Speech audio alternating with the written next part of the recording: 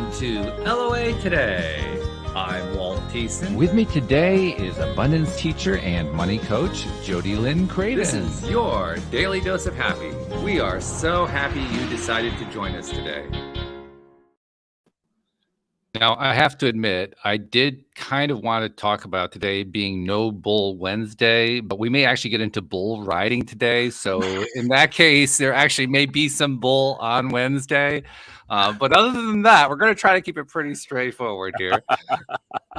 Yeah, we try to keep it light too, especially since our guest Collin Hughes has been through some pretty traumatic experiences in his life, including the loss of a family member to suicide, which is going to be the dominant topic we talk about. But we're also going to be talking about a lot of stuff that helps kind of turn that whole thing around, and that's what it's going to be all about today.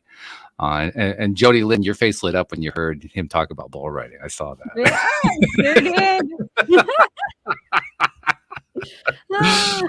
Yeah, there's a little commonality going on there. But Collin, thank you for joining us today. How you doing? Oh, I'm doing good considering all the things I've been through in life. It's carrying on and moving forward. And you have a big smile on your face. So, I mean, either you're a great liar or you really are.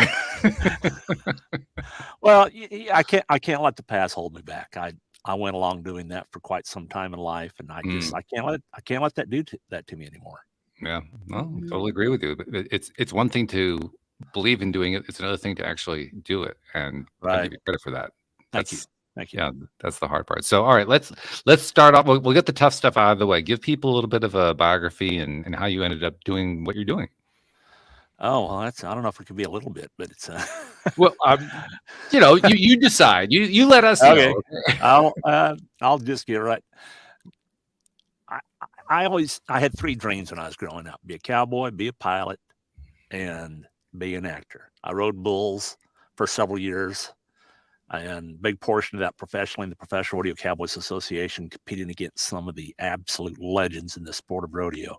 If you ever heard of the movie 8 Seconds with Lane Frost, who world's champion bull rider that died in Cheyenne, Wyoming. Lane was a friend of mine. He and I rode our first two bulls at Cheyenne the same days that year, and then he went on into the championship go around on the last day, and that's where his tragic event happened. Retired airline pilot now, and now a voice actor, and just moving on. I've always went after what I wanted, but June 10 of 2022, I found myself in a situation that at the time I didn't know how to move past. And that was my 15-year-old granddaughter had ended her own life. And that was just, that was, and I even, in 2015, my oldest daughter died of cancer. And people say that the worst thing that a parent can go through is the death of a child. I'm here to tell you that I've lost a child and a grandchild, and the suicide death of my granddaughter was far worse than my daughter's death from cancer. It was excruciating pain, excruciating.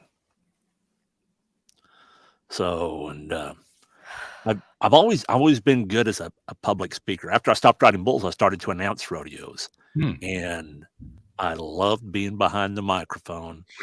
A lot of people, have this phobia about public speaking. With me, you put me in an auditorium in an area where there's thousands of people watching, and put me behind a microphone. I said, yeah, we're gonna have us some fun.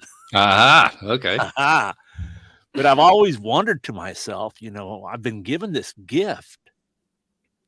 And it's got to be for something far greater than announcing rodeos. And I've done some stand-up comedy. It's got to be more than announcing rodeos or stand-up comedy.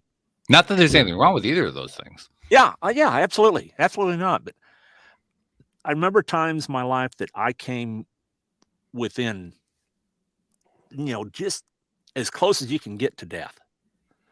As a small child, I got caught in a whirlpool in a lake that my family was picnicking at. And I thought for sure, that I was gone. I couldn't kick out or anything. And then just before I passed out, somebody reached in, grabbed me by the arm, and pulled me out. Wow. And I I ran over to my parents at the picnic place we were at and told them my mother's, oh, there's nothing like that in this lake. You're imagining it. So I ran over to the picnic area where this gentleman walked back to, and I tried to find him, but nobody knew. I described him, and nobody knew who on earth he was. Really? And then as a young man, when I was traveling to some rodeos, I was getting ready to cross the road. I was standing in front of a truck that was hauling the livestock for the rodeo I was going to. I was just getting ready to step out on to cross the highway where we were going to go to a small convenience store, and somebody yelled out my nickname, says, "Goose, get back!" And just as I turned, I stepped, just a couple inches back, in a car just 60, 70 miles an hour. I could feel the air rushing off of it. And, having that experience with this gift, and then those times where there's a couple other times where, I was in dangerous situations that it could have taken my life, but nothing like those two. But I just always wondered, why have I been saved? And to me, it's no coincidence. I mean, you're a pilot, or at least a former pilot, and you've ridden bulls. Both of those have certain degrees of risk. And being a pilot, you have a whole bunch of responsibilities attached to that. And anytime that you're talking about any kind of flying, there are all kinds of potential things that can happen. So it's not like you haven't had awareness, but it's not like you've never had any awareness of all this kind of stuff. You focus on things where you do have awareness about it. Flying for an airline, that's the fun stuff. That's not people say, oh, that must be a stressful job. It's the stressful thing about flying for an airline is when you're running behind and you got another flight to do afterwards, and you're a little bit late or something. Now, okay, I got to go over the NOTAMs of the next flight, the weather of the next flight, this, and this. I got to get the box loaded up and this and this. Okay, make sure the FO's done the walk around. Okay, greet the passengers. Hey, here we. This is how long the flight's going to be. Blah blah blah blah. Oh, we got some weather to go around, and then we get in there and everybody gets on, and there's this time when the door closes. What starts the time on the clock for, like, if the flight's going to leave at 1:33 p.m., that time does not start ticking until the captain releases the parking brake and the doors are closed. Then there's a clock on the aircraft that starts ticking. With me, as soon as I release that brake, it's just like, yeah, because that was the hard part. Yeah. But I'd looked for things to talk about as a public speaker, because I knew I really, really wanted to get into public speaking. And for years, what about this topic? Oh, no. And then I looked at aviation topics. Oh, no. Yeah, it doesn't work. Just didn't feel passion about any of the topics I thought of.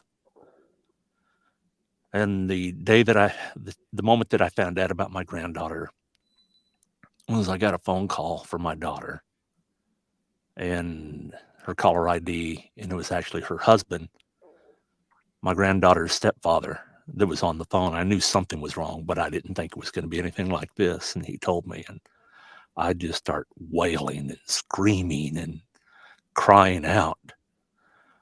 But even in all that pain, just seconds after he told me, it was within the first 30 seconds, the thought just came into my mind, is, this is what you are supposed to do. And I did not find a topic I could speak about with passion. It thrust itself upon me. So now here I am. Yeah, here you are. Yeah. Wow. Yeah. First question I've got to ask is, what do you think it took for you to find a way past that event? For me, it was first the love of my beautiful wife, so supportive. And myself knowing that I had to move on. And I'm going to turn this into a longer story than it could be. I've had three major tragedies in my adult life. In 2015, my oldest daughter died of cancer. And I have 4 other daughters that were. My oldest daughter was a product of my youthful indiscretions when I was following, and I just was not a good guy. When I started to try to straighten myself out, I met my daughter's mother and we got married. Had these four beautiful daughters together. But I was still following in my father's footsteps of womanizing and drinking, which of course led to my divorce at totally my fault. Because I just was not nice to her at all like that. And after the divorce, she remarried somebody who was retired military, asked if he could adopt the girls so that they could have their, insurance benefits and all the other things that came through his retirement package. And I thought, well, that's more I can afford to pay in child support at the time. And so it was after I signed those documents that I realized I have no rights to see these little girls anymore. None whatsoever. And of course, they felt abandoned by me, and rightfully so. So they grew up not knowing me and not wanting anything to do with me, even though they knew about me. In 2004, the second oldest of these girls contacted me, found me on Facebook and contacted me that way and wanted to be reunited. So we met, things were going good. And then, family pressure, she backed out. That happened a couple more times.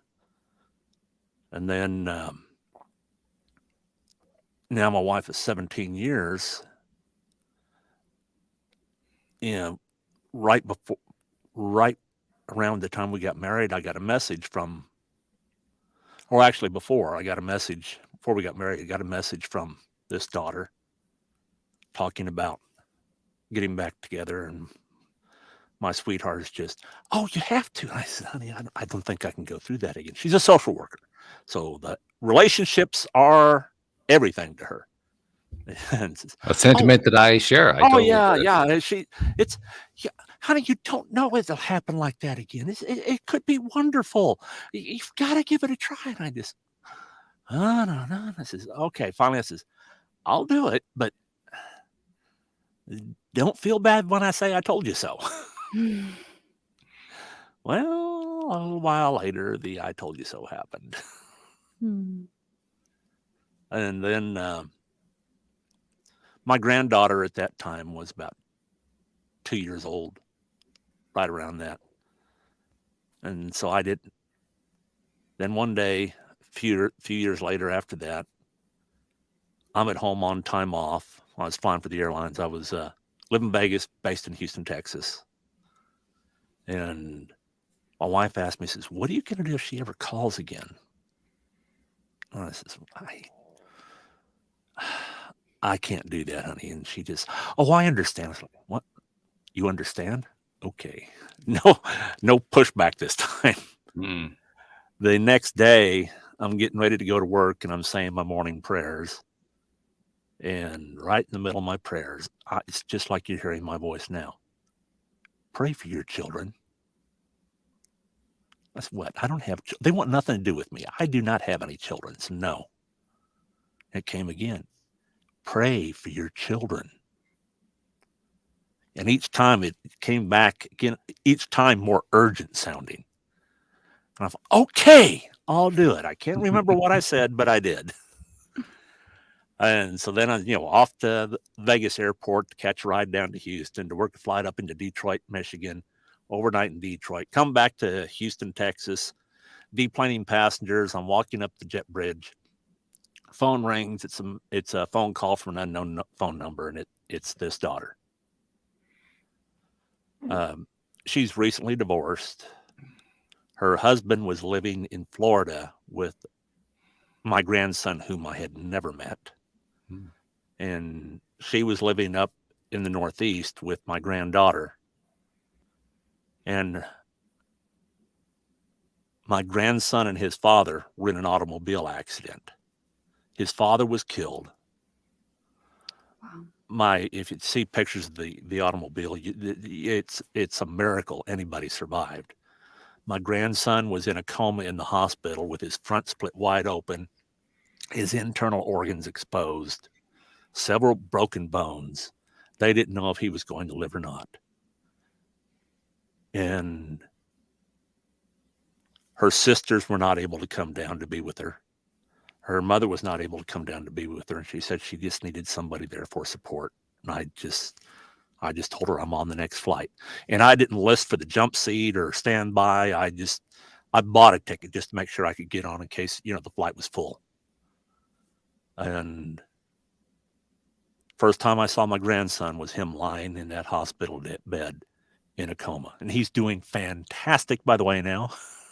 Good to hear. He's doing wonderful, yes. He's an amazing, amazing young man, 12 years old now. And my granddaughter, I always expected her to say something to me like, "Grandpa, where have you been?" But all she did was like no time was lost. She just loved me and accepted me. And not once did she say anything like that. And so through that tragic accident, my grandson was into my life, and my granddaughter back into my life. When my oldest daughter died of cancer in 2015, I got to spend those last few months with her, be by her bedside in those last minutes. Last thing she ever said to me was to tell me that she loved me. I was there when she took her last breath, and actually helped the funeral home director put her body into their car. And there was my older granddaughter from her only child, who is now my oldest grandchild, who is a junior in college and will graduate next year. And so I get these fun phone calls from her just totally out of the blue, or fun text messages. So 2 tragedies, 2 miracles. When my granddaughter died, that was just, of course, we went back for the funeral. Of course, all my other daughters and their children were going to be there, of course.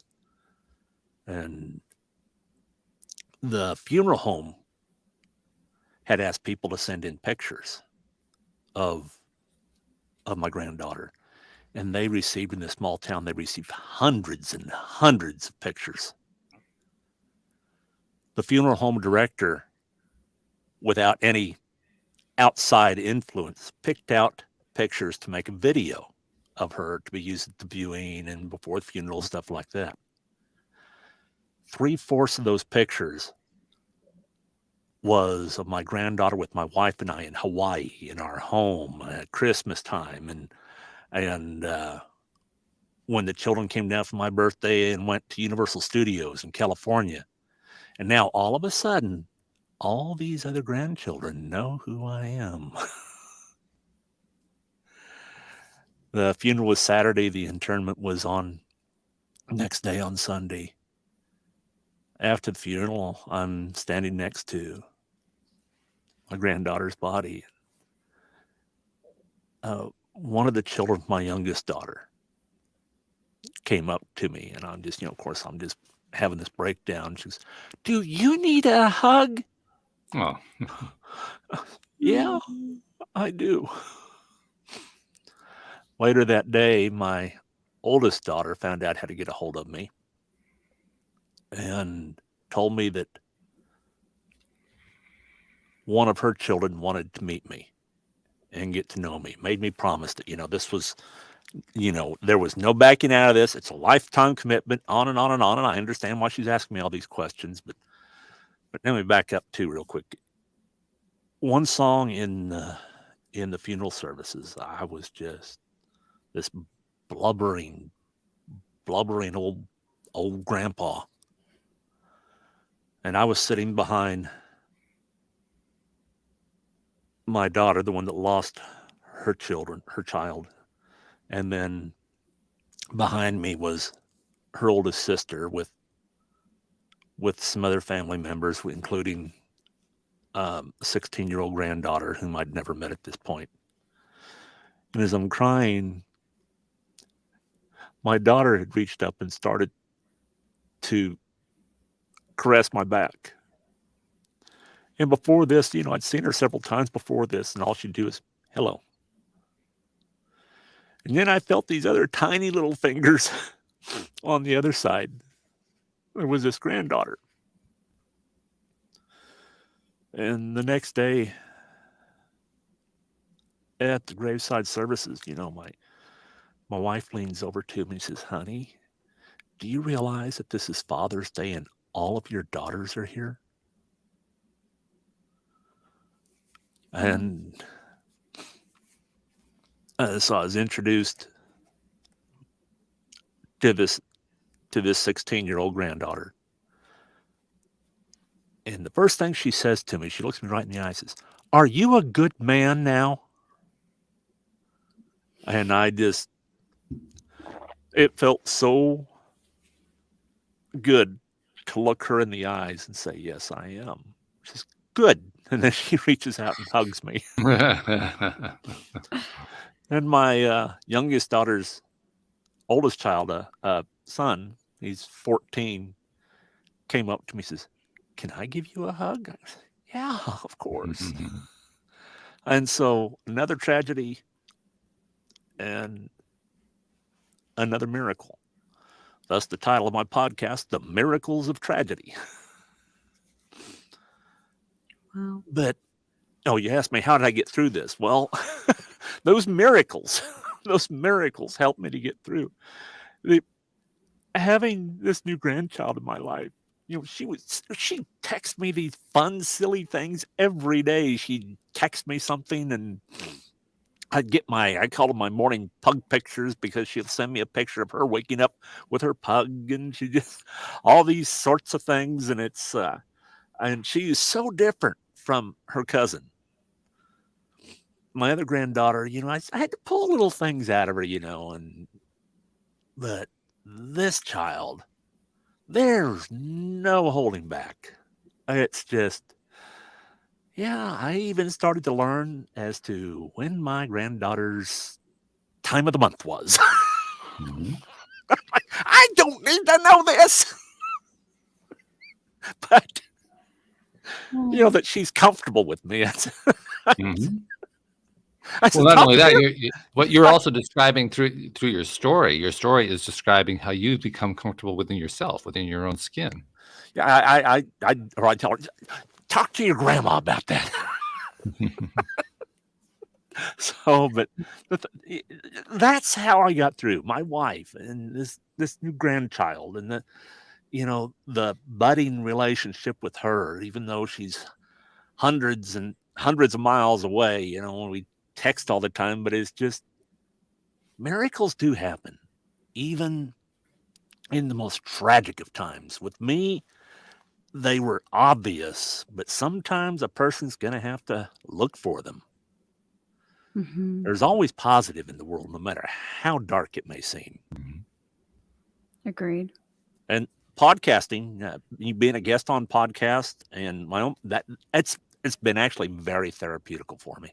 Sure. Yeah. Well, that's something I can appreciate. Is that a word, or is it just therapeutic and not therapeutical?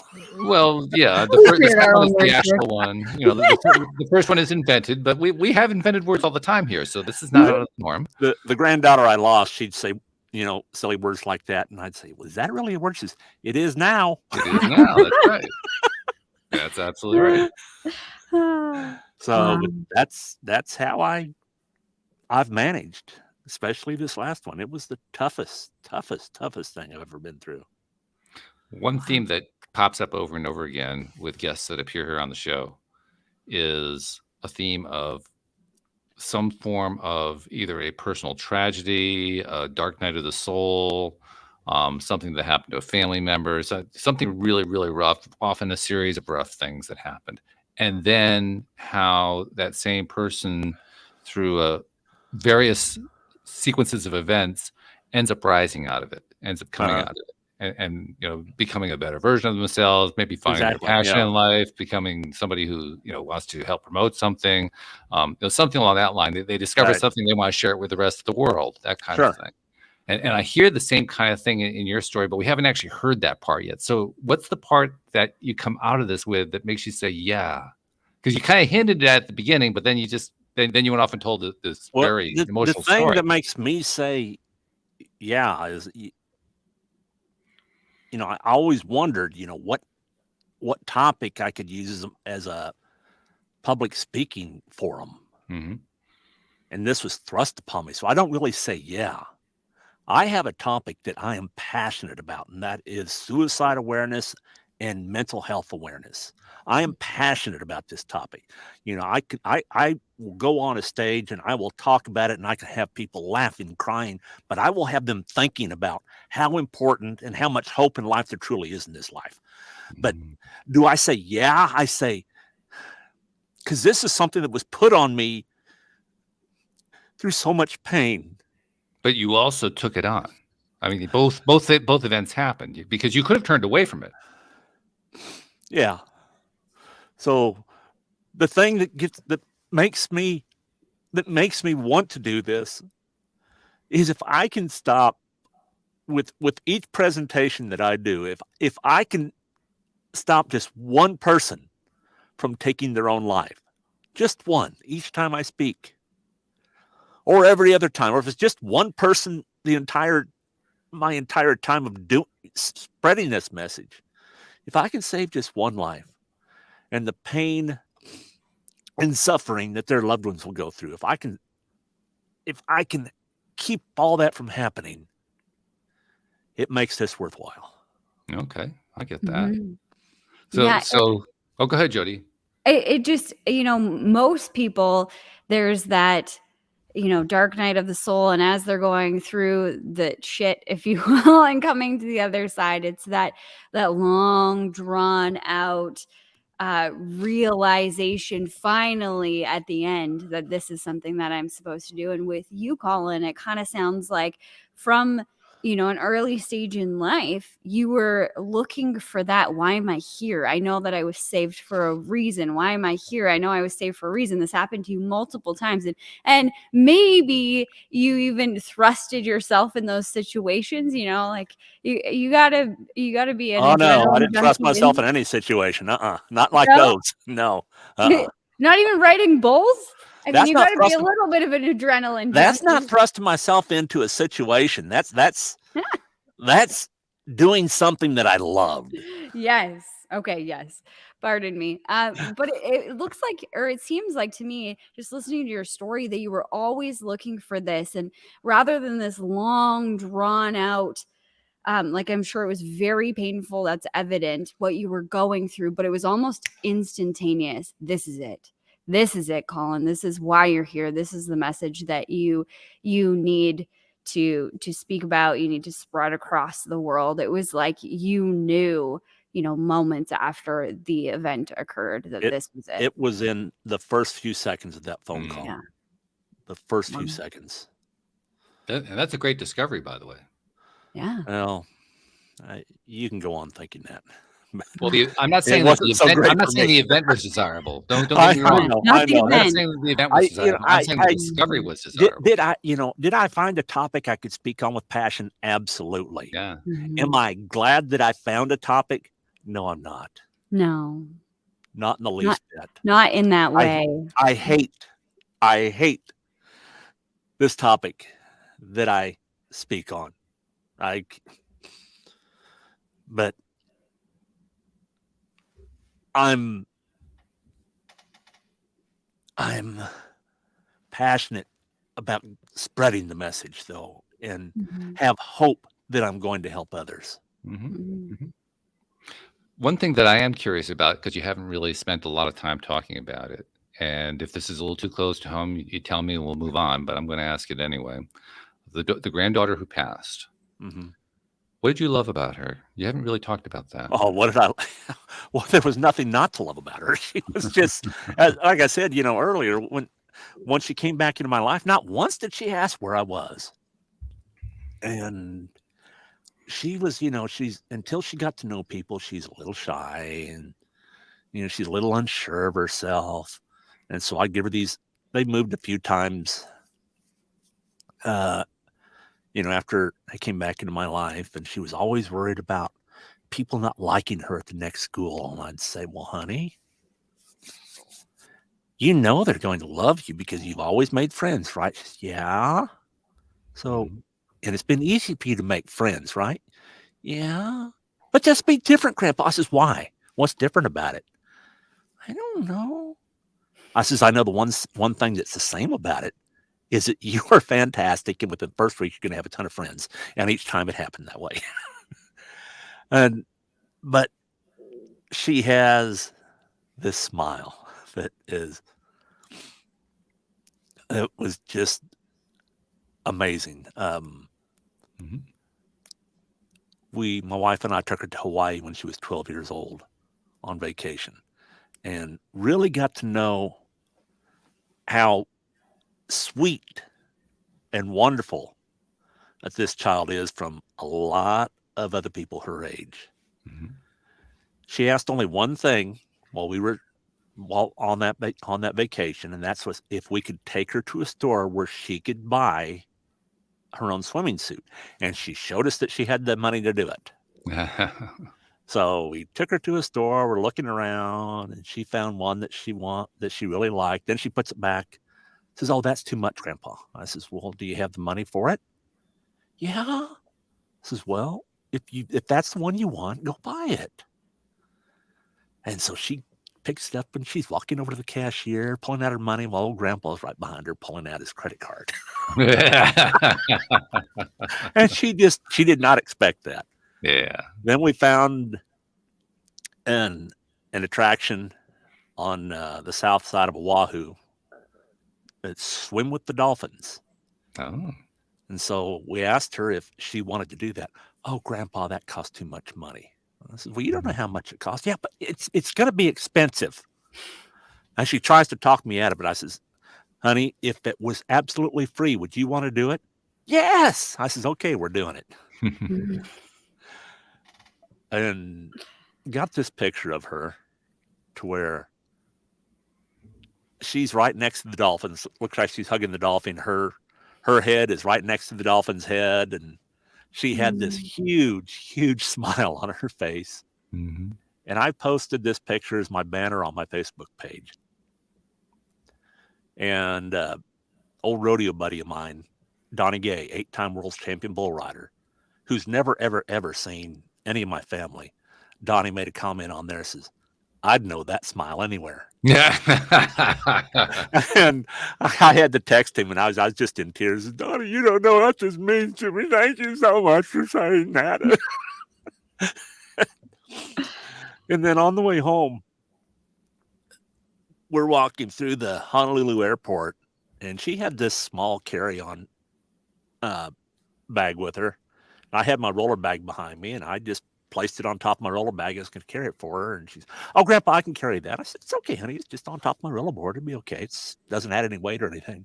"Oh, Grandpa, let me do that, okay?" I says, "Okay, if you want to." So she took it. She carries it. When we got home after the vacation, I went back to work.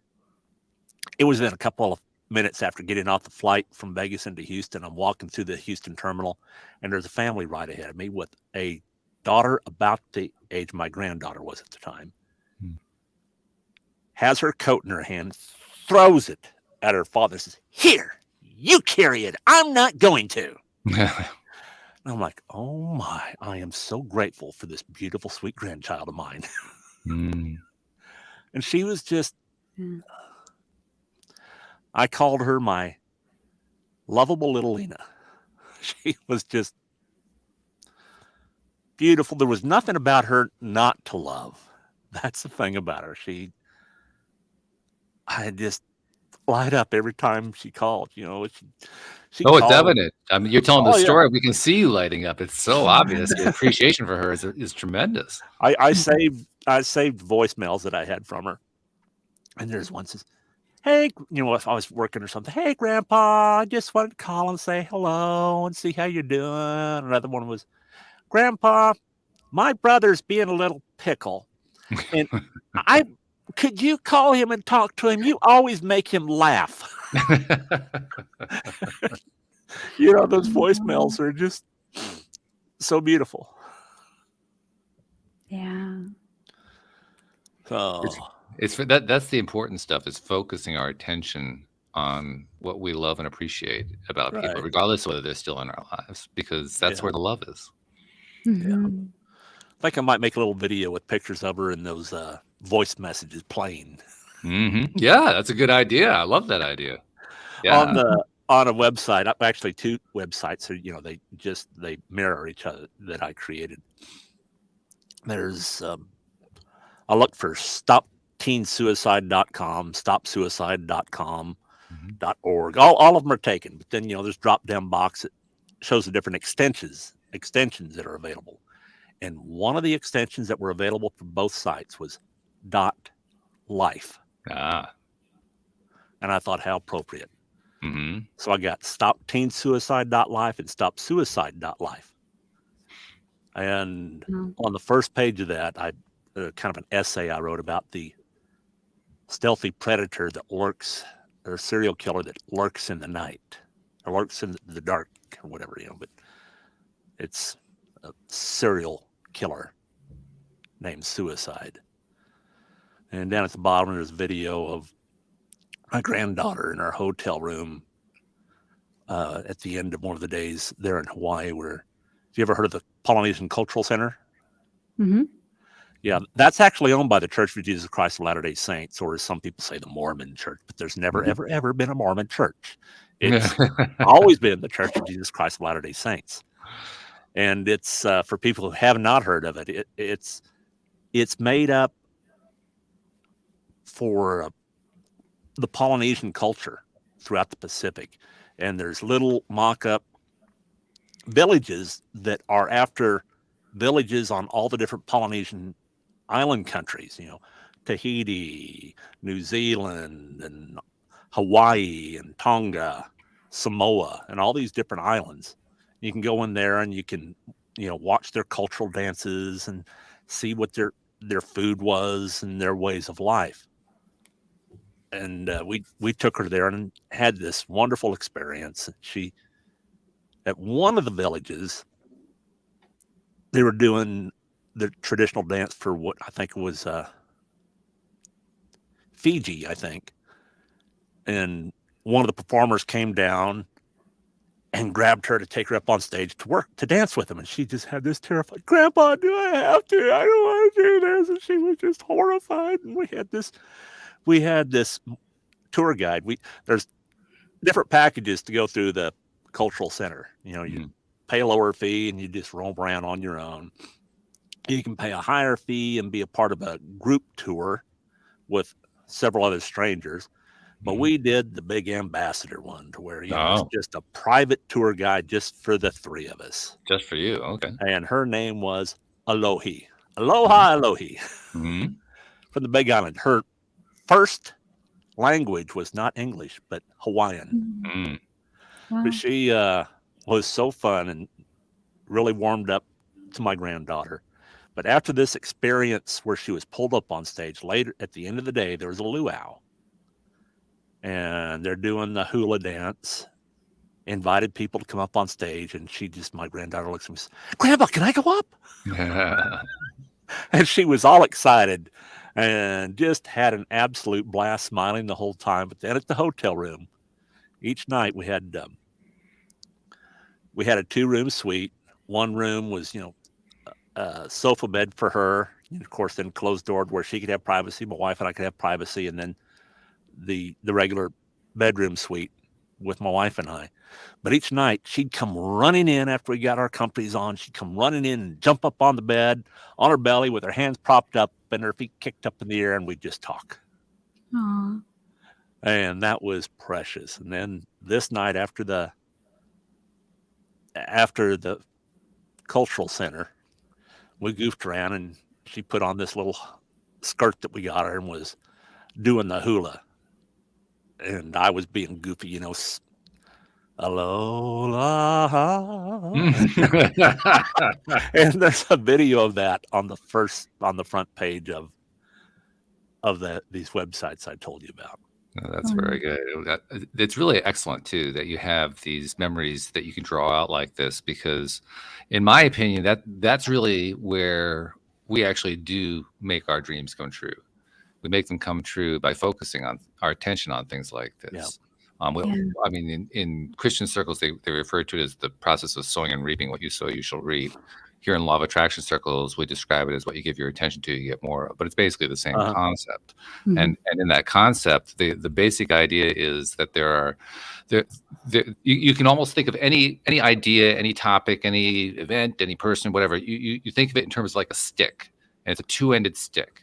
At one end of the stick is the thing or the person or the event or whatever themselves, and the other end of the stick is the lack of it. So you have the thing end and the lack end. And what we human beings have a very strong tendency to do is to give all of our attention to the lack end. Because we say, well, I lack this thing. I don't have I don't have the job. I don't have the money. I don't have the relationship. I don't have the health. I don't have the fill in the blank with whatever it is. And then we start to get all worked up about that. And then we end up spreading that message to everybody else. And pretty soon everybody's focusing on lack. Yeah. Whereas it turns out that our great power is in focusing on the thing end, the actual thing rather than the lack of the thing. And the reason I bring that up is you mentioned that you got these domain names with .life at the end. So the thing end of the stick, so to speak. And as I'm hearing your stories about your granddaughter and what you loved about her and how wonderful she was and what you appreciate and all that, I just think, thing end. That's all the thing end of the stick. That's where you're going to have the greatest effect. So if your dream is to help somebody to, I'm going to flip it around. You said to keep somebody from killing themselves. I'm going to flip it around to choosing to live. Exactly. That brings me to mind of, I hate the term bucket list.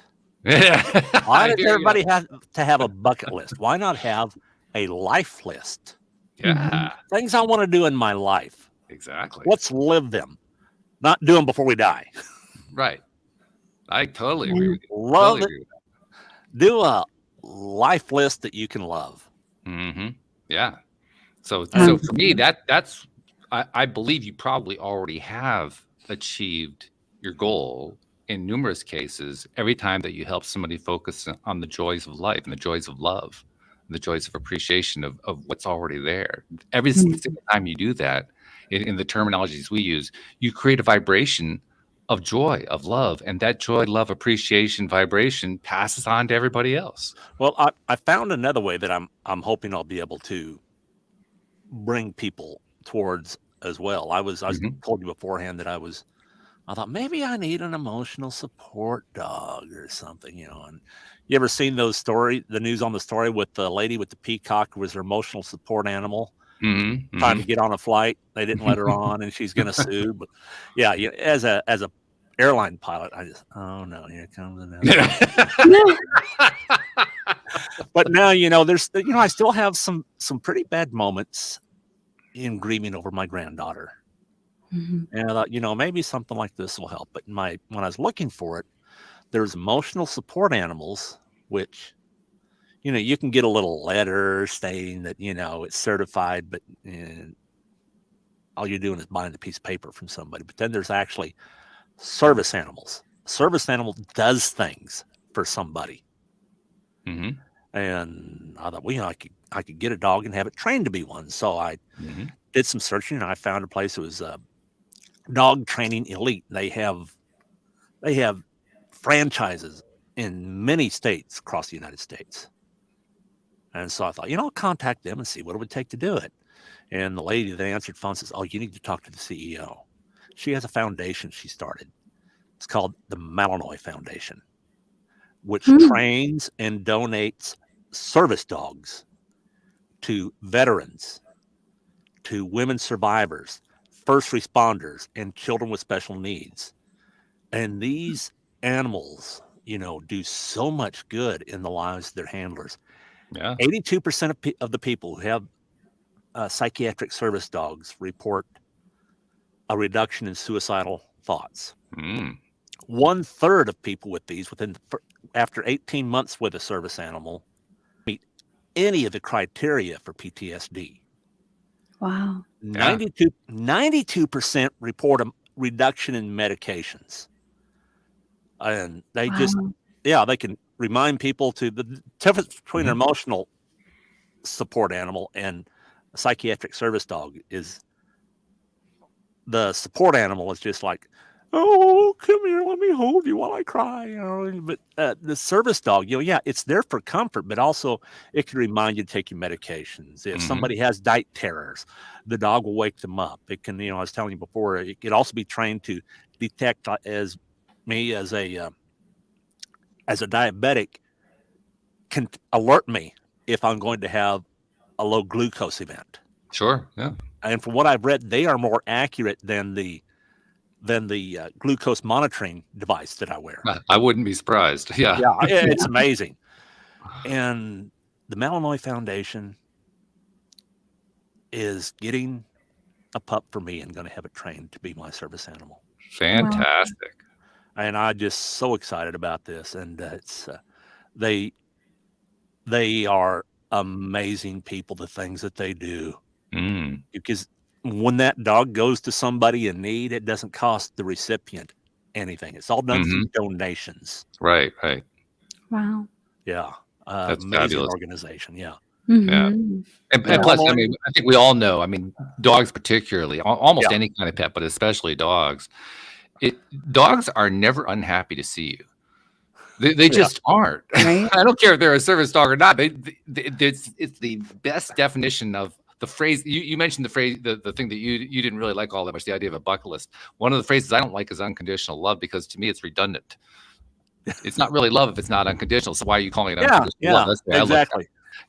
But they are the epitome of what is often called unconditional love. It doesn't matter what kind of day you've had. It doesn't matter what you've gone through, what you've been experiencing.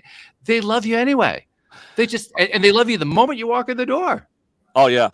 You just make me think of a little fun thing that you can find out on the internet. It's the Diary of a Dog and a Cat. Have you ever read this? No, I have not, but it sounds cool. Says the dog says, morning time. Oh, there's my human. There's my master. There's favorite part of my day. Oh, he's getting me food. Favorite part of my day. Oh, he's got my collar. We're going to go out for a walk. Oh, my favorite thing to do. Just all these things throughout the favorite day. And then it's the cat says, day 395 of my captivity. I'm still looking for a way to escape. As Walt's cat makes an appearance. You called me? You talking to me? The other captives seem to like these creatures that hold them captive. So funny. You're making me think of the Douglas Adams books, The Hitchhiker's Guide to the Galaxy. I don't know if you're familiar with the stories. I know of it, yeah. They're absolutely wacky, absolutely insane. But the main storyline of the first book is that the planet Earth was actually a computer built for the purpose of determining the ultimate question to life, the universe, and everything. And this was after another computer had come up with the ultimate answer to life, the universe, and everything. Turned out the ultimate answer was 42. They couldn't make sense out of the answer, so they realized, we've got to ask the right question. And that's what the Earth was created for. It was a computer designed to come up with what is the correct question, to which the answer is 42. Totally nonsensical book. But one of the beautiful joys of that book is that it turns out that humans are the third most intelligent species on the planet. You mentioned the second most intelligent species on the planet, and that's dolphins. They're actually more intelligent than humans, but they aren't the most intelligent ones. The most intelligent species on the planet are white mice. Well, I thought it was pigs.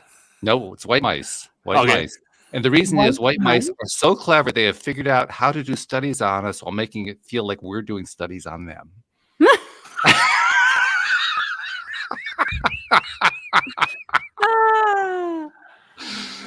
So that's what I was thinking about. When you were describing the cat's reaction and the mouse's reaction, I was thinking about the mice's reaction. The mice saying, how can we work this into the experiment? Oh, man. I think I might do a voiceover of that dog cat diary. Yeah, Yeah. sure. You did the voice really well of the dog. That was great. I love that one. Yeah. Yeah. Oh boy, oh boy, oh boy. Yeah. Wow. But that's my life. And Yeah. Well, and you have other things you can pull into it. I think really, like I said, you're already achieving your goal, possibly in ways that you don't even know about. That's actually another theme that shows up here on this show too, because I do make it a practice whenever we have a guest who's come onto the show who's giving in some way. You're a giver. Everybody who's coming onto the show is a giver, trying to help other people, trying to share some information, trying to do something to help make the world a better place. And givers have a common experience in that there are many people who've seen them, they've heard them, maybe they've read an article that they wrote, something along that line, and they were helped by it, but the giver never heard about it. All they knew was that there was a click and somebody saw something on a website or something like that, but they never actually saw what happened in the background. Well, Right. but these things are happening all the time in the background. We just don't ever see Yeah. them. So I've been doing this podcast for 10 years now. We've done over 1,920 episodes. And I know about maybe 1% of, probably less than 1% of the positive events that come out of it, because listeners will send in emails or send a message or something along that line. So I find out about some of them, but most of them I never find out anything about. And I think it's important to remember that those things are happening. I actually had some feedback from a woman that I was a guest on her podcast, and saying that she had received a comment that listening to us caused them to change their mind about suicide. Wow. So there's an example right there of one that you did find out about. Oh, I bawled like a baby when she told me this. I'm like, wow. So see, you are saving lives. Yeah, that's Like, right. wow. And recognize that you're going to only hear from less than 1%. So that you can multiply it by 100, and now you're probably closer to the ballpark of the number of people you've actually touched and reached and helped. Mm-hmm. I hope so. Well, yeah. You're on the right path. Yeah. Now I need to get some of the public speaking engagements. I sent out my first email today to a high school that has an aviation program. So me as a retired pilot, who's also, suffered from PTSD throughout my life. Mm-hmm. I have an important message for these, up and coming aviators, that mental health is just as important as physical health. Oh yeah. And a lot of them are terrified they can't even go to a counseling session without having to report it when they go take their FAA medical exam. And they won't do it. They absolutely will not do it, most of them. And so I think, that message is so important to get out to these up and coming aviators. And I use some aviation analogies, which I'm also going to use when I go to church groups and, regular schools and colleges. I can just, tell it from a version that they don't understand, to make them understand what I'm talking about. Mm-hmm. And like one of them is, I'm in a jump seat coming home to Vegas, and I did one of those time-lapse videos of the approach and landing. Oh, okay. And taxi off real quick, and then it's like, and there's day 4 of a 4-day trip. I'm coming home, final leg, wife's waiting for me at the end of the jet bridge, and here I go, I'm coming in, and the next one, as a curtain opens up, is Woody from Toy Story coming out. Hello. And I says, and of course, we all have those moments when we have that beautiful landing. Yes, ma'am. Yes. Oh, your phone number. Oh, thank you. Thank you so much. So, both the aviation people and non-aviation people, I can make them understand that. Yeah, sure. Yeah. This is the key. It really is the key. I think one of the hardest concepts we all have as human beings is realizing the impact that we have on others. Mm-hmm. In law of attraction circles, we describe it in terms of vibration, because everything vibrates. And so when we're talking about stuff that we're putting out, it's either high vibration because it feels good, low vibration feels bad, and so on and so forth. But anytime that we're putting anything out, like we're doing this show, we've been doing this show now for 55 minutes now. And in that 55 minutes, we've been putting out all these vibrations. Some of it was pretty low vibration. It was sad stuff. A lot of it, though, has been very high vibration. Yeah. And I would even say that the sad stuff, something that's really special about you, Collin, is that you can see the hope that you've held Exactly. on to or inherently have Yeah. within you shine through, and that love for your granddaughter, that shines through. But Absolutely. just the strength, and I don't even know what else to call it, but like being able to continue to keep going, even though Right. it's so You have to. incredibly painful and hard.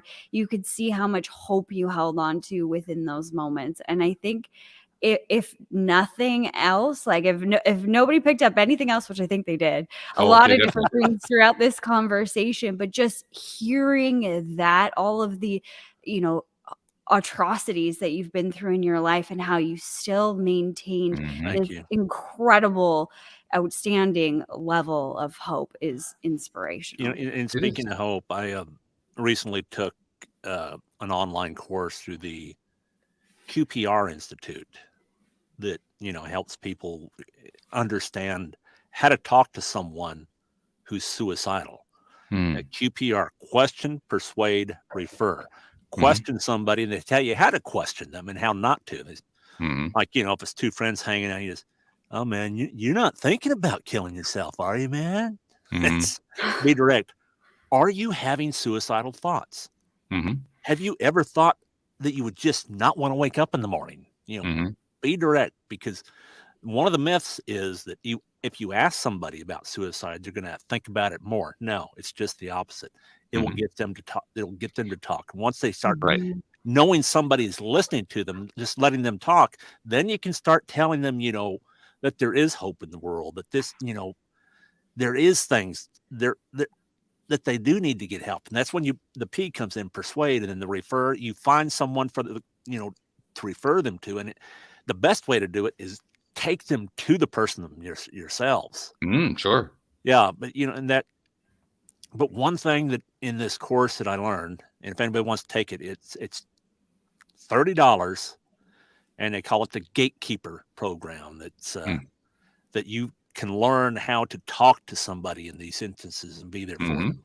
Mhm. But one thing that this course brought out is that anybody who's ever thought about suicide, attempted suicide, and survived, or just has the thoughts, or who's actually talked about suicide and gone through with it, there's one thing they all have in common, and that is they feel that there is no hope left for them in whatever situation has got them to where they are at that moment.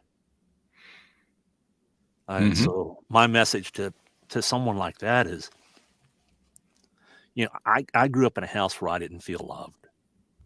And I'm sure that there's lots of people out there today think that, you know, feel that they're in an environment, whether they are loved or not loved, you know, may feel that there is no love or no hope for them.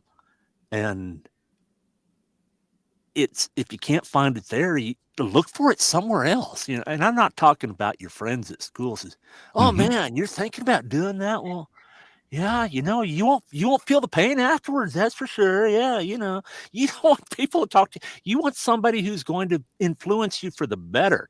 You know, Mhm. if nothing else, if you can't find somebody positive in your life, you know, if your parents uh, eh, can't give you the support you need, siblings or friends, or go down the street, go to a church, go to a synagogue, go to a mosque, find somebody, go to a youth center, a civic center, find somebody who's there, who can talk to you in a positive tone and give you forth an outpouring of love and show Mhm. you that hope and love still exist in this world.